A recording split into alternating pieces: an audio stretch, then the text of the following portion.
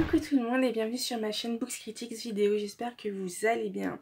Il faut que je vous parle d'un livre que j'ai lu récemment et en fait je peux pas ne pas vous faire de vidéo dessus. Il s'agit du livre que je n'ai pas préparé ici. La première fois que j'ai été de Bertrand Julien Nogared. Je sais pas comment on prononce, je suis désolée, donc on va juste l'appeler Bertrand. De Bertrand chez Flammarion Jeunesse. Je suis trop contente de l'avoir de l'avoir reçu en service presse, celui-là, j'avoue. Parce que comme vous savez, en ce moment, je lis peu. Et du coup, je crois que je choisis très très bien mes livres que je lis. Et ce livre fait partie d'un coup de cœur monumental de cette année. Comment vous dire, j'ai adoré ce livre, hein, tellement que la chronique pour moi était trop courte, j'avais tellement de choses à dire. Mais je ne pouvais pas vous le dire parce que je peux pas vous spoiler en fait. Du coup c'est très compliqué pour moi de vous parler de ce bouquin. Mais il faut trop que je vous en fasse une vidéo en fait, tellement il est trop bien. C'est le premier roman de Bertrand. J'espère que je peux vous appeler comme ça. De Bertrand. Voilà. Qui, à ce que j'ai compris en fait, avant de l'avoir, enfin après de l'avoir lu, c'était un auteur en auto-édition et apparemment cette histoire elle a déjà été publiée en auto-édition et ensuite Flammarion Jeunesse ils ont fait une très belle couverture et un très bon choix. Voilà. J'ai trop d'amour pour ce livre, je peux vous le raconter, enfin je le connais par cœur en fait, voilà. C'est pour vous dire, ça raconte l'histoire de Tom et... comment il s'appelle? J'oublie toujours son nom en vrai, il y a juste Tom qui m'a fascinée, non, et Karen, voilà, Karen. C'est un prénom que j'utilise pas beaucoup, je suis désolée. Ça raconte l'histoire de Tom et Karen, c'est une romance. Et en même temps, c'est... Il y a ce côté... En fait, ce que j'adore dans ce bouquin, et on reviendra sur l'histoire de Karen et Tom après, c'est que c'est une romance... Elle est pas comme les autres, vous voyez, elle est différente. En ce moment, j'ai lu ce livre-là et un autre livre qui est là. Et celui-là, voilà, c'est deux romances totalement différentes. Alors, pas que les romances, toutes les romances se ressemblent, mais elles ont des côtés... comment dire, il y a un petit truc en plus dans ces deux romances qui font que, bah voilà, ça m'a changé de l'habituel... de l'habituelle romance que je lis en fait, tout fin de compte dans le fait que ou alors c'est de l'habitude,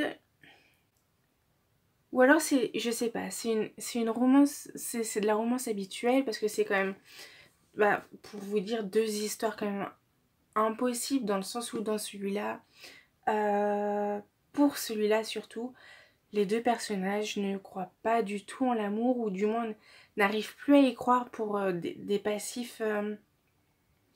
pour un passé personnel trop lourd, trop chargé d'amour négatif, on va dire, dans le sens où ils ont eu Karen, elle a eu son père absent, Tom, son père de Tom, il est mort, la meilleure amie de Karen, elle a des conflits avec ses parents, enfin ses parents ont des conflits, donc vous voyez, c'est tout un travail là-dessus, sur, sur deux amours en fait. L'amour parental, qui est donné donc aux enfants, l'amour entre les parents, l'amour monoparental aussi pour le coup, parce que Karen, sa mère, elle l'a élevée toute seule. Donc on retrouve toutes ces amours, tous ces différents amours en fait, retrouvés dans un seul et même livre. Il y a un côté philosophique déjà de 1, il y a un côté historique qui est très bien amené dans ce roman, dans le sens où c'est philosophique, tout est amené par l'amour en fait. Le fil conducteur c'est vraiment du coup l'amour. Et qu'est-ce qu'on ferait mais vous, je sais même pas comment expliquer, je perds mes mots tellement c'est un fabuleux roman. Je vous assure, je l'ai lu en 2 jours ce bouquin alors que celui-là je l'ai lu en une semaine. Et mes autres livres, je peine à les lire. Donc vous voyez, c'est que... Et puis je sais pas, il y a une recherche, il y a un côté poétique, il y a ce côté philosophique, historique, poétique qui donne un degré en plus à cet amour qui est déjà chargé en émotions et tout. Et du coup, ça rend la chose encore plus profond. Oui. C'est un amour en plusieurs étapes. On commence par le fait que, oui, de toute façon, l'amour, ça sert à rien parce que ça fait toujours mal aux gens, que l'amour, c'est destructeur. Mais il y a quand même des côtés positifs dans le sens où, au final, sa mère l'aime, elle aime sa mère, elle aime ses amis. Il y a aussi l'amour amical. Oui, ça c'est très important. Et je dirais même que c'est le deuxième fil conducteur de ce livre en fait. Parce qu'au final, qu'est-ce qu'on ferait si on n'avait pas l'amour de ses potes derrière nous pour nous soutenir? Il y a aussi cette question-là qui est posée indirectement, mais qui est quand même posée. Et en fait, il y a toute cette question qui est au final finement bien amenée de l'amour parental, amical, qui nous sert de moteur pour avancer dans la vie, ou qui nous sert de moteur pour juste rester debout, en fait, vous voyez. Et je trouve ça bien amené dans le sens où, quelquefois, ça peut nous arriver de perdre confiance en la vie et surtout de perdre confiance en l'amour parce que on a vécu quelque chose qui a pu nous blesser, nous traumatiser par rapport à une personne. Et là, tout est bien amené parce que justement, avec le côté historique, il ramenait quelque chose, un passé lourd pour Tom, qui lui a permis de mieux comprendre sa famille, de mieux comprendre peut-être aussi son père, pourquoi pas. Et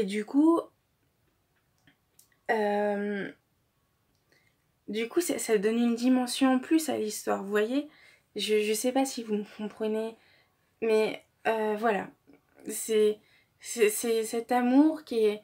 Enfin, c'est le mot amour qui a déjà une connotation, qui peut être positive ou négative, et l'auteur a subtilement remis d'autres connotations à ce mot, qu'elles soient philosophiques, qu'elles soient historiques, qu'elles soient poétiques, en choisissant des mots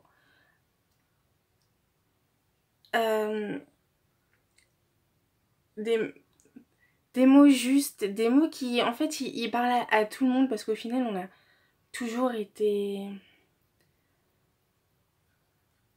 C'est certes une romance d'adolescence, enfin pour les adolescents, pour les jeunes adolescents, mais au final elle parle à tout le monde parce on a toujours été une première fois deux, vous voyez ce que je veux dire. Mais le deux, c'est à prendre dans quel sens? Je veux dire, parce vous voyez, c'est pas forcément une romance... enfin, une relation amoureuse dans le sens où je sors avec quelqu'un. Il y a aussi peut-être, pourquoi pas, aussi prendre la dimension de... On a été deux, dans le sens où comment... On a été une première fois deux avec sa mère, Enfin, vous voyez, parce qu'il y a quand même plusieurs amours au final dans le gros, dans les grosses lettres du mot amour, vous voyez. Je sais pas trop si j'arrive à me faire comprendre, mais voilà.